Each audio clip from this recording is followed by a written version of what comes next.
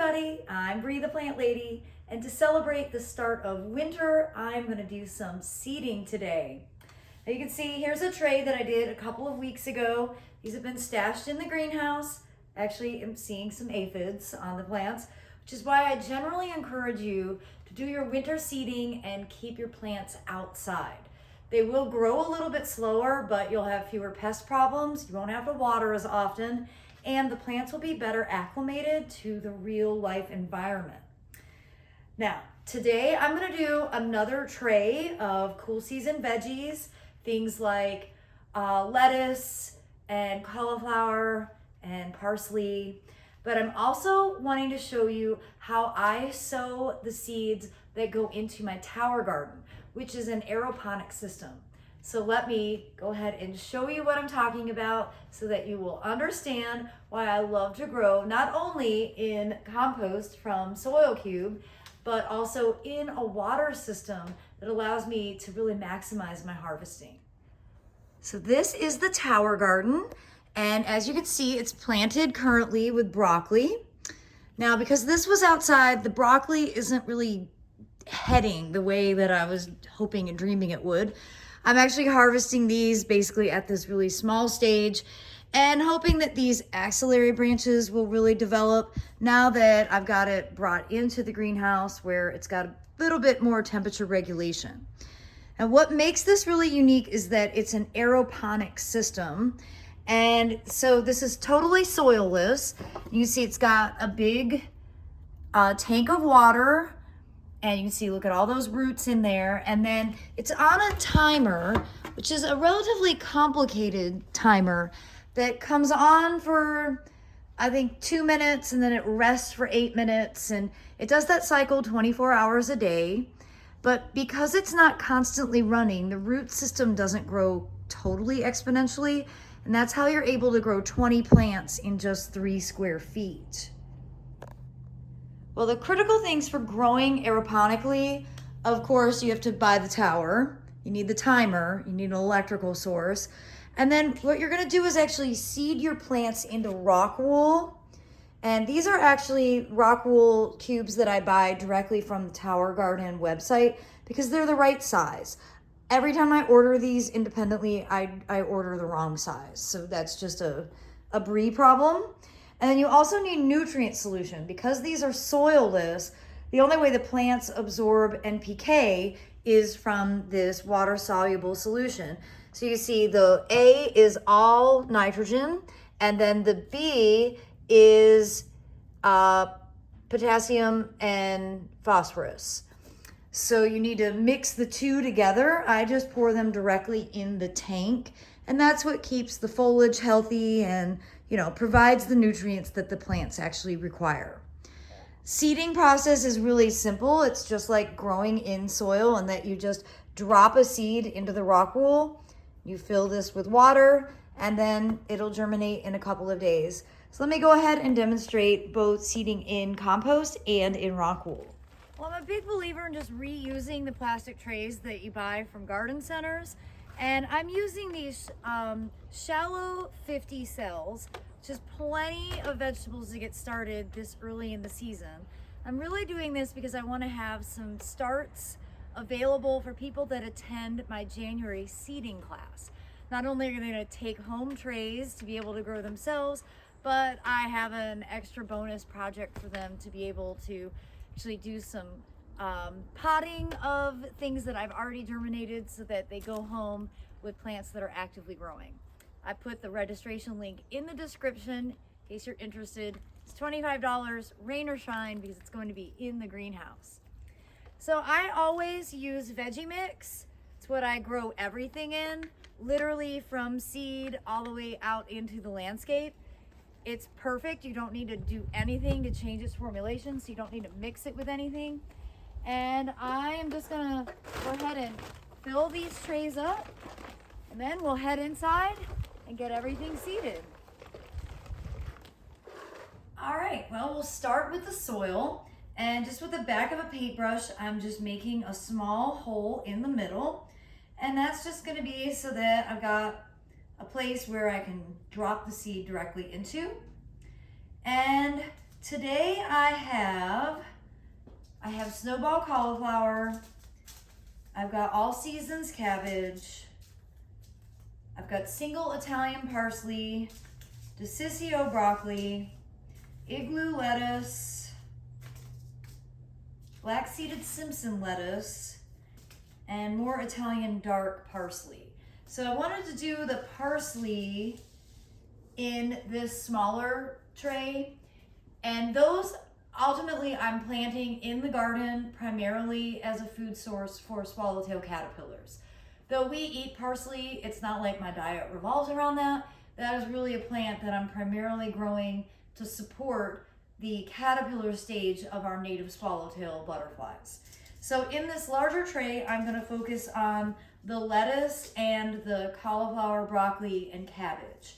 And I think because I've got 6 things, I'm going to do, I'm going to do 10 of each. That way the tray is evenly spaced, and I'm really trying to do this to be better at succession planting, because it doesn't make a lot of sense to have 50 cabbage seeded all at once and then you have to harvest 50 cabbages. So I'd rather be sowing a tray once a month or every 2 weeks so that I have plants that will be harvested throughout the season instead of all at once. It just makes the logistics for bringing the food in to cook significantly easier. This is learning from experience. All right, I'm gonna start with the parsley, and just so you see, the seeds are quite small. They look just like what you cook with. Though generally I've found that parsley seed in the herb aisle, the spice aisle, doesn't germinate well. It's already too dry. And what you're really aiming to do is just 1 or 2 seeds per hole. So this is actually better to do just by hand, even without gloves on. I usually do 2 seeds per hole just to be extra careful that I'm getting plants to grow in every cell. And parsley takes a lot longer to germinate. So this is something that's good to start in December, because it might take 2 months just to start getting it to grow. And then, you know, this won't get planted in the garden until, I would say at the very earliest, March, but more realistically, April or May. And then it grows all summer. The swallowtails arrive. They kind of eat the foliage down to nothing, and then it re-sprouts. All right, so that tray is done. My process for getting the seeds in is just to tap it. And that way those holes cover up, and that's now ready to get watered. Now, of course, the process for all the rest is the same. So let's get this cabbage here. And all of these brassica plants, the seeds look the same. They're small and they're sort of a brownish black color. And again, 2 seeds per hole, not really more than that. Heading vegetables need space to be able to grow out to full size. So this is why I don't direct seed these things. And I'm a big cabbage eater. My family are immigrants from what used to be Czechoslovakia, now Czech Republic. And basically everything revolves around brassica plants, every meal. And so having cabbage in the garden just makes cooking significantly easier for me. And I don't know if y'all have noticed, but groceries are outrageously expensive these days.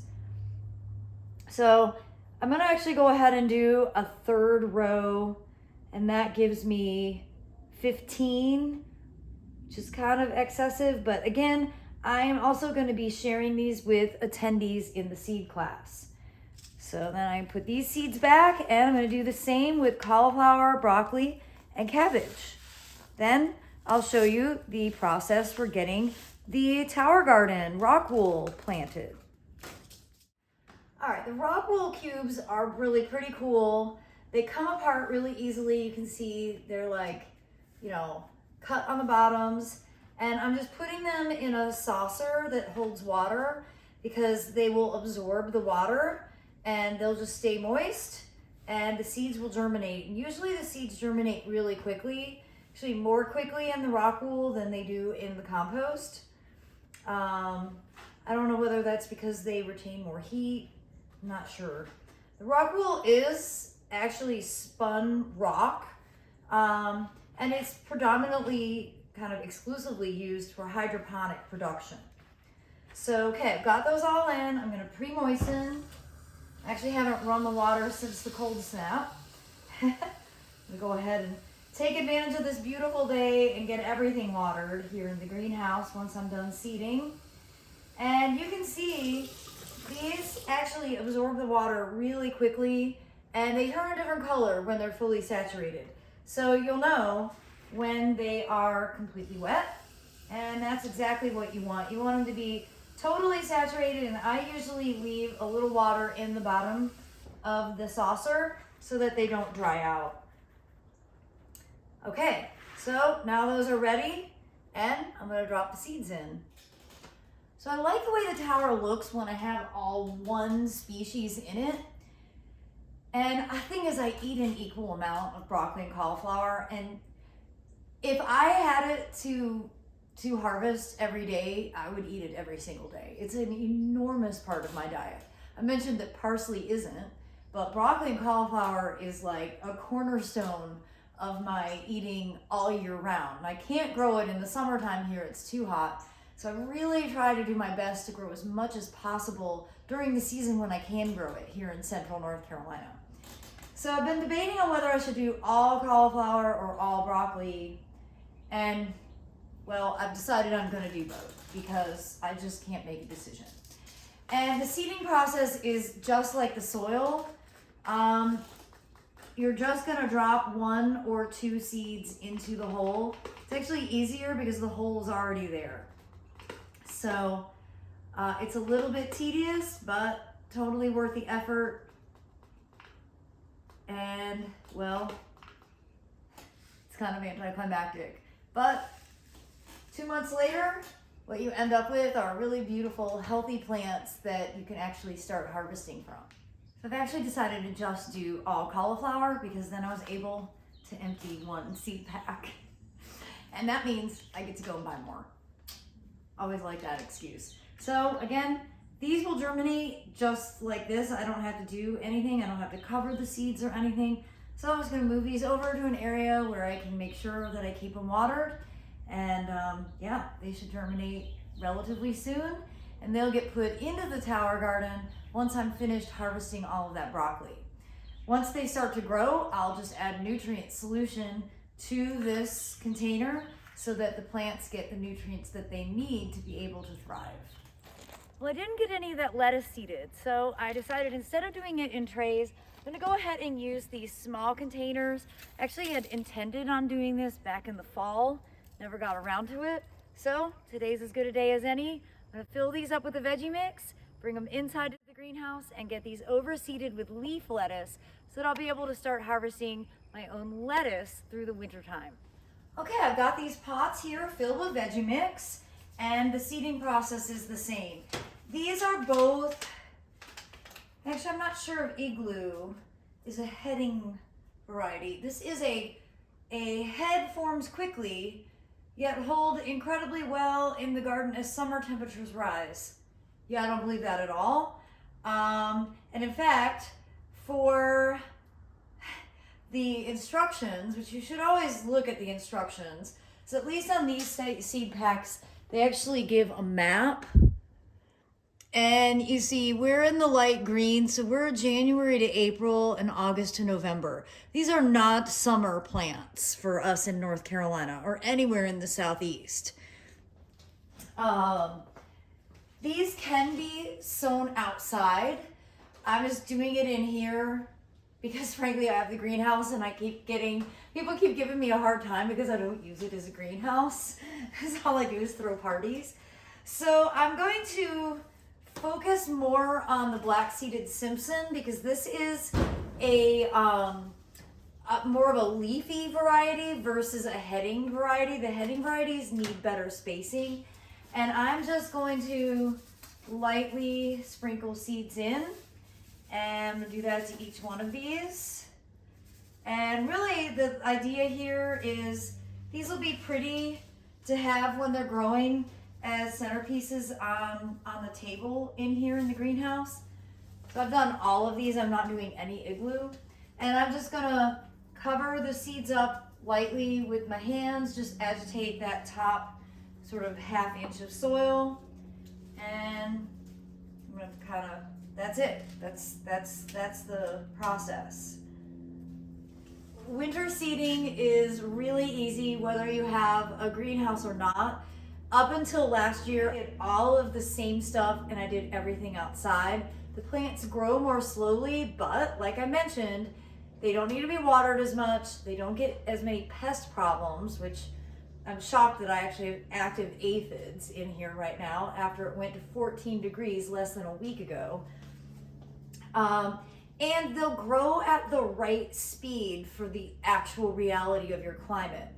So though I'm doing this in the greenhouse, that is not a requirement. Just want to reiterate that. And I do want to say that if you have an interest in learning how to do this and want to do this hands-on, I've got lots of openings in the January seeding class. I've put the link in the description. I hope you'll be able to plan to come out and join us. Well, everybody, I hope you'll subscribe so that you can see how all of these things continue to grow on as we enter the winter season officially. I'm wishing you all the very best for the holidays ahead. And as always, thanks so much for watching. Happy gardening.